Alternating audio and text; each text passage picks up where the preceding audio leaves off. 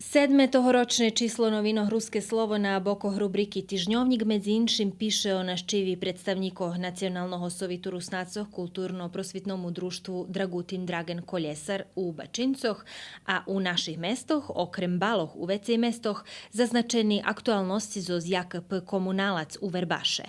U rubriki Ekonomija, informaciji o registraciji gazdovstvoh, a predstaveni i mladi podnimatelj Slaven Provči zo Šidu. Kultura i prosvita predstavlja tvorčost muzičara Vladimira Malacka z Kerestura i vistavu Silvestera Makaja u Kuli, a piše i o projektu doktoroho uključena štrednja škola Petro Kuzmjak.